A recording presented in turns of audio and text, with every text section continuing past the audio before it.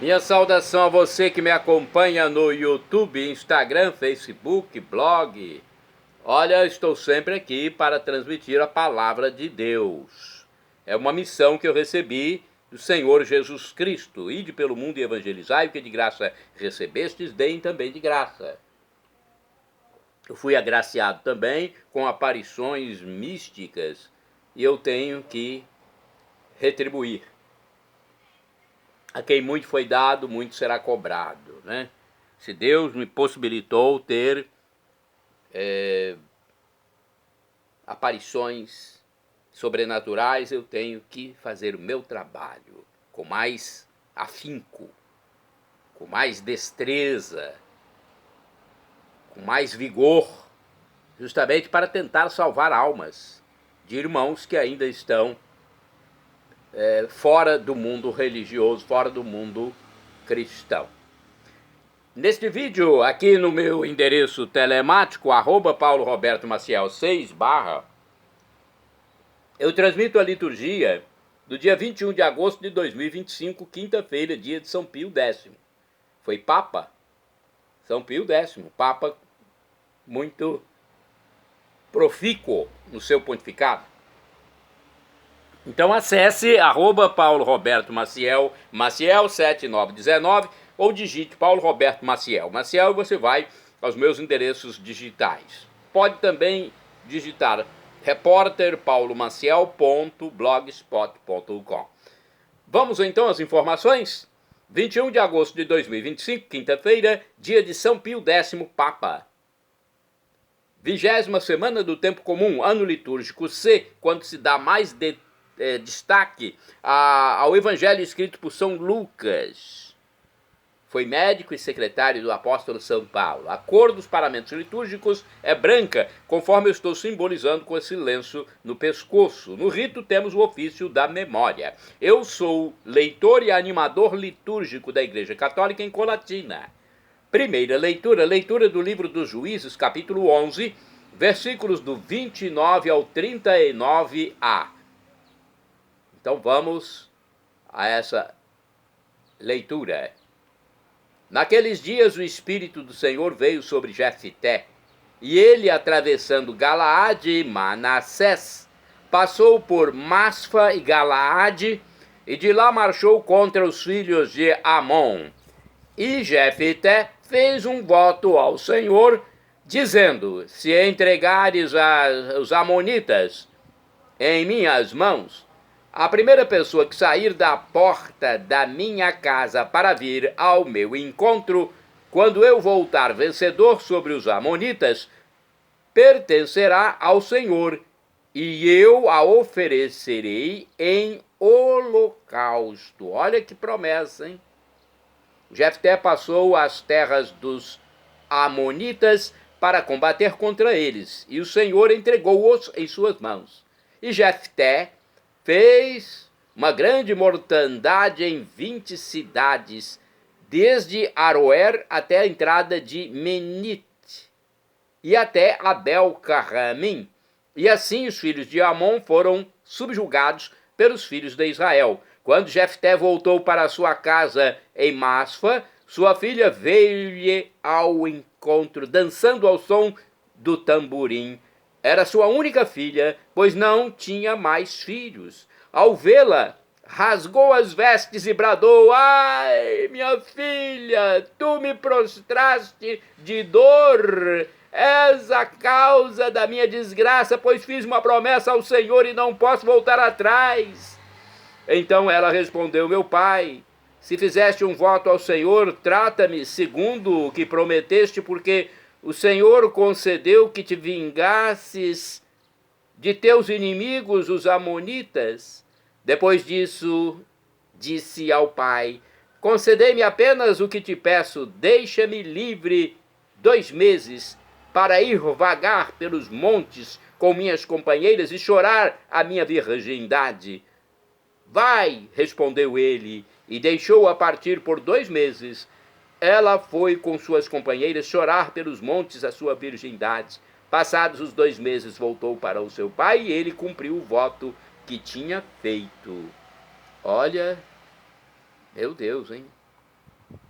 pai teve que matar a filha. Palavra do Senhor, graças a Deus.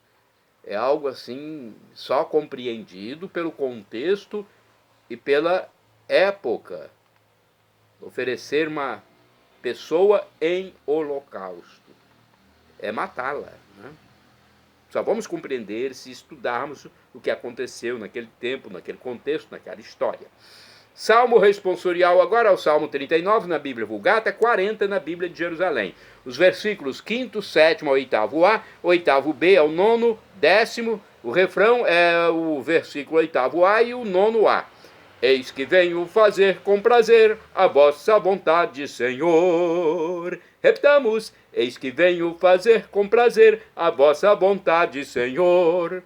É feliz quem a Deus se confia, quem não segue os que adoram os ídolos e se perdem por falsos caminhos. Eis que venho fazer com prazer a vossa vontade, Senhor. Sacrifício e oblação não quisestes, mas abristes, Senhor, meus ouvidos. Não pedistes ofertas nem vítimas, holocaustos por nossos pecados. E então eu vos disse, eis que venho. Eis que venho fazer com prazer a vossa vontade, Senhor. Sobre mim está escrito no livro. Com prazer faço a vossa vontade, guardo em meu coração vossa lei. Eis que venho fazer com prazer vossa vontade, Senhor. Boas novas de vossa justiça anunciei numa grande assembleia. Vós sabeis, não fechei os meus lábios. Eis que venho fazer com prazer a vossa vontade, Senhor. Repitamos. Eis que venho fazer com prazer a vossa vontade, Senhor. Agora a aclamação ao Santo Evangelho e depois a proclamação. O Evangelho de hoje é o escrito por São Mateus, capítulo 22, versículos do 1º ao 14. Aleluia, aleluia, aleluia, aleluia, aleluia, aleluia, aleluia, aleluia. Oxalá ouvisseis hoje a sua voz, não fecheis os corações como em Meriba. Aleluia, aleluia, aleluia, aleluia, aleluia, aleluia, aleluia, aleluia. O Senhor esteja convosco. Ele está no meio de nós. Proclamação do Evangelho de Jesus Cristo, segundo São Mateus. Glória a vós, Senhor. Pelo sinal da Santa Cruz, livra-nos Deus, nosso Senhor, dos nossos inimigos. Naquele tempo, Jesus voltou a falar em parábolas aos sumos sacerdotes e aos anciãos do povo, dizendo: o reino dos céus é como a história do rei, que preparou a festa de casamento do seu filho, e mandou os seus empregados para chamar os convidados para a festa, mas estes não quiseram ir. O rei mandou outros empregados, dizendo: dizei aos convidados, já preparei o banquete, os bois e os animais cevados já foram abatidos, e tudo está pronto. Vinde para a festa. Mas os convidados não deram a menor atenção. Um foi para o seu campo, outro para os seus negócios, outros agarraram os empregados, bateram neles e os mataram. O rei ficou indignado e mandou suas tropas para matar aqueles assassinos e incendiar a cidade deles. Em seguida, o rei disse aos empregados: a festa de casamento está pronta, mas os convidados não foram dignos dela. Portanto, ide até as encruzilhadas dos caminhos e convidai para a festa todos os que encontrardes. Então os empregados saíram pelos caminhos e reuniram todos os que encontraram, maus e bons. E a sala da festa ficou cheia de convidados. Quando o rei entrou para ver os convidados, observou que ali um homem que não estava usando o traje da festa, e perguntou-lhe: amigo, como entraste aqui sem traje de festa? Mas o homem nada respondeu. Então o rei disse aos que serviam: amarrai os pés e as mãos desse homem e jogai-o fora na escuridão. Ali haverá ranger de dentes e choro, porque muitos são chamados e poucos são escolhidos. Palavra da salvação, glória a vós, Senhor. Olha, ninguém deu a atenção à festa do rei. O rei aí representa Deus. Mas ele convidou, então, outras pessoas que estavam pelo caminho, pelas estradas. E um não foi digno. Vamos saber aqui alguma informação sobre isso? No livro Liturgia Diária está escrito o seguinte. Primeiro uma oração. Deus, nosso protetor, volvei para nós vosso olhar e contemplai a face do vosso ungido, porque um dia em vosso templo vale mais que outros. Bem, o Senhor deseja um povo dócil, acessível e obediente a seus mandamentos, dispostos a orientar ao chamado para a festa do seu reino. Todos nós devemos pedir a Deus que nos dê um coração novo, um espírito novo. A palavra de Deus nos transforma e purifica desde o mais íntimo. Ela nos revela que todos são convidados ao banquete do Messias, Rei, e a resposta, porém, cabe a cada um. Nós temos o livre arbítrio. Deus não nos vai obrigar a comparecer à festa, a ir para o céu. E a nossa chance de chegar ao céu é aqui na terra. Ele nos convida todos os dias. Tem gente que não quer, que fala mal de Deus, que acha que não vai acontecer, que não acredita, não crê. Então essa pessoa vai ter um corpo tenebroso na eternidade, no inferno, infelizmente, porque desdenhou de Deus, da sua promessa. Jesus morreu na cruz e ressuscitou, foi para o céu, comprovadamente. Quer mais prova que isso? Existem mais provas de Jesus e de sua participação na vida aqui na terra, com seus milagres, do que de imperadores, filósofos, governadores, presidentes, reis. Bem, vamos ver o que diz o livro Dia a Dia com o Evangelho a respeito de Mateus 22, versículos do 1 ao 14. Olha, os ouvintes da parábola são os líderes religiosos. O rei é Deus, o filho é Jesus. A imagem do casamento usada por vários profetas indica a aliança de Deus com a humanidade. Os servos são os profetas enviados por Deus e rejeitados pelos dirigentes. A menção à ruína da cidade pode ser uma referência à destruição de Jerusalém no ano 70. No Novo Testamento, Jesus é o noivo, conforme Mateus 9, versículo 15. Os servos são os discípulos de Jesus, que evangelizam, convidando todos a fazer parte da igreja. O traje para o casamento representa as condições para pertencer à comunidade cristã, isto é, a prática da justiça, da santidade, do amor, fé, amor e esperança. A parábola mostra o julgamento não só para a elite religiosa por rejeitar o projeto de Deus, mas também para os discípulos de Jesus e para nós. O reino, agora recusado pelo povo de Jesus, em breve será aceito por todos os povos. Você está aceitando o reino que Jesus está oferecendo? Ele que morreu na cruz, venceu a morte ressuscitando e ascendeu ao céu? Pois é, não esqueça, pense nisso. Você que tem dúvida, você que é ainda agnóstico. Vamos aos santos do dia. São Pio X é santo do dia 21 de agosto. São Pio X nasceu em Riese, norte da Itália, em junho de 1835, com o nome de José Melchior Sarto. Era filho de um humilde camponês que morreu deixando a mulher com 10 filhos pequenos para criar.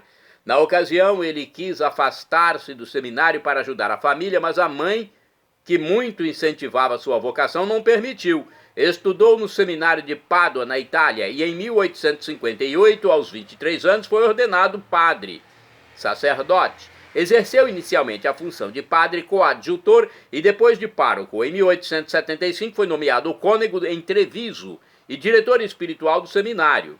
Em 1879 foi nomeado vigário-geral da diocese. Em 1884, só por obediência, aceitou o bispado de Mantua. Em 1893 foi nomeado cardeal e 3 dias depois foi transferido para Veneza, onde ficou como patriarca. No ano 1903, atenção para esta informação, ele foi eleito Papa, 1903, com 55 votos, num total de 60. Grande maioria, hein? Sucedendo a Leão XIII. São Pio X era um homem simples, humilde e extremamente perspicaz. Falava com todos independentemente das regras protocolares. Para ir ao conclave que o elegeu, tomou emprestado dinheiro para a passagem de ida e volta, convencido de que o Espírito Santo não cometeria o erro de sugerir seu nome. Equilibrado, discreto, prudente, corajoso e empreendedor, apesar de pretender uma concepção centralista da igreja em seu governo, outra coisa não desejava, senão ser o humilde servo de todos. O lema de seu pontificado era restaurar todas as coisas em Cristo, como o Papa promoveu a reforma da música sacra, a comunhão frequente para todos os fiéis e trabalhou muito em prol da organização da cúria e da fundação de um instituto bíblico em Roma. Ficou conhecido por seu amor à Eucaristia e por haver permitido comunhão para as crianças de tenra idade. Gostava de se definir como um pobre vigário da roça. Quando alguém o chamava de santo, ele, aludindo ao seu sobrenome, que era Sarto, logo corrigia: santo não, sarto. São Pio X morreu em 20 de agosto de 1914. Muitos atribuem sua morte à dor pela notícia da Primeira Guerra Mundial.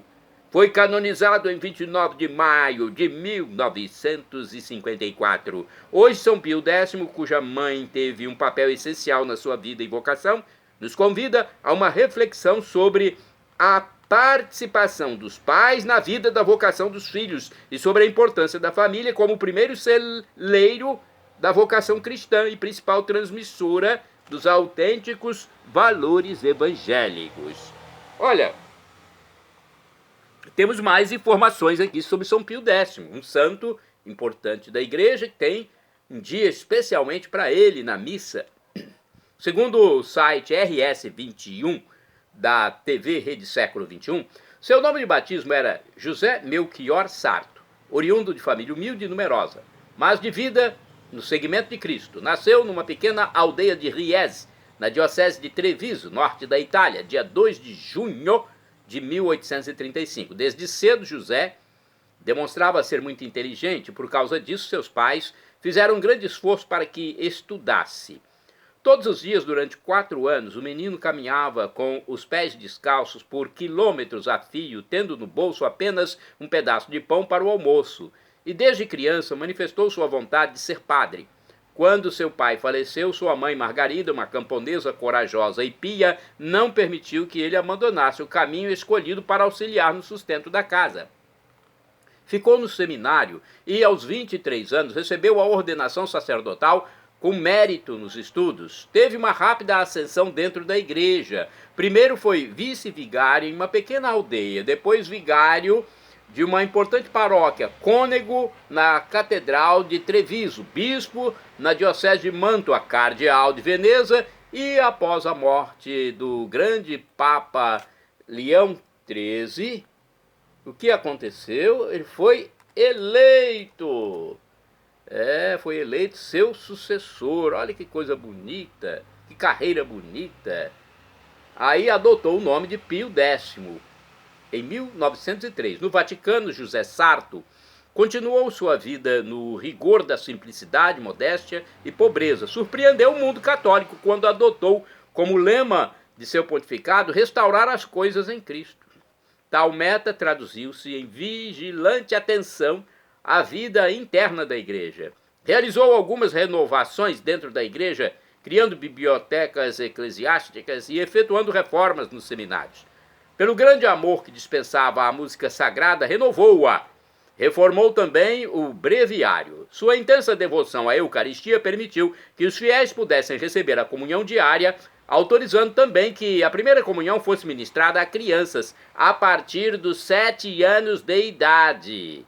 Instituiu o ensino do catecismo em todas as paróquias e para todas as idades, como caminho para recuperar a fé, e impôs-se fortemente contra o modernismo.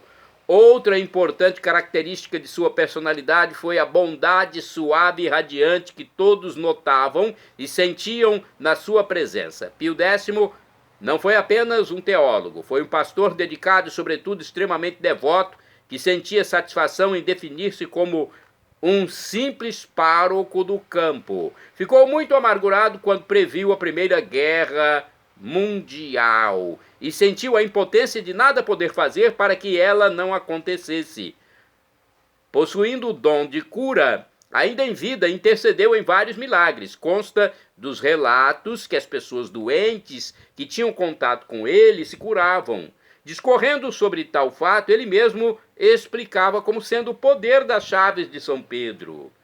Quando alguém o chamava de Padre Santo, as pessoas o chamavam de Padre Santo, ele corrigia, sorrindo. Não se diz santo, mas Sarto. Sarto era o sobrenome dele, né? A alusão ao seu sobrenome de família. No dia 20 de agosto de 1914, aos 79 anos, quase 80 anos, hein? 79, Pio X morreu. O povo de imediato passou a venerá-lo como um santo, mas só em 1954 ele foi oficialmente canonizado. São Pio X, rogai por mim, rogai por nós. Santo do dia 21 de agosto, São Quadrato. Foi bispo e mártir dos séculos III e IV. Foi martirizado em Útica, na atual Tunísia. Santo do dia 21 de agosto, São Privato, bispo e mártir. Morreu em 407, ano 407. Foi bispo de Mende, na França. Privato foi morto a bastonadas durante a incursão dos vândalos, esse povo que invadiu a Europa. Santo do dia 21 de agosto, São Sidônio Apolinário, bispo. Faleceu mais ou menos no ano 479. Após uma faustosa e intensa vida política em Roma, abandonou as glórias humanas para exercer o episcopado em Clermont-Ferrand, onde defendeu a população das invasões bárbaras. Santo do dia 21 de agosto, São Bernardo de Alzira e suas irmãs, Maria e Graça. Todos foram mártires. Faleceram mais ou menos no ano 1180. Muçulmano de grande prestígio na corte de Valência, Bernardo fez-se monge cisterciense. Ele se converteu ao cristianismo e foi martirizado junto com suas duas irmãs. Santo do dia 21 de agosto, São José Dang Jin Vien, presbítero, ou seja, sacerdote, padre, e foi mártir também. Morreu em 1838. Foi sacerdote martirizado em Hung Yen, no Vietnã, na Ásia. Isso aconteceu no tempo do imperador Minh Mang. Bem-aventurada do dia 21 de agosto é a beata Vitória Rasoamanarivo. Foi viúva, faleceu em 1894, princesa de Madagascar, convertida à fé católica. Quando os missionários foram expulsos do país, Vitória Rasoamanarivo ajudou os cristãos e defendeu a igreja perante os poderes públicos. Bem-aventurado do dia 21 de agosto é o beato Bruno Zembal, religioso e mártir. Faleceu em 1942, foi um franciscano polonês deportado ao campo de concentração de Dachau, na Alemanha, onde morreu. Shalom Adonai é uma expressão hebraica que significa a paz de Deus, é o que eu desejo para todos vocês. El Shaddai, também do hebraico, significa Deus onipotente. Ele proverá aquilo que você deseja se for para o seu bem. O professor e escritor de mais de 100 livros da Igreja Católica, Felipe Rinaldo Queiroz de Aquino, em seu canal no YouTube, onde responde as nossas dúvidas, diz que Deus pode nos dar uma dessas 3 respostas quando pedimos algo: sim, não ou espere. Qualquer uma das 3 acate, pois estamos lidando com o Criador de tudo, do universo, nosso Criador, que é onisciente, sabe tudo. Respeite qualquer resposta de Deus, assim como você respeita do seu pai e da sua mãe. Mais do que você respeita do seu pai e da sua mãe, porque Deus sabe tudo e é o nosso Criador.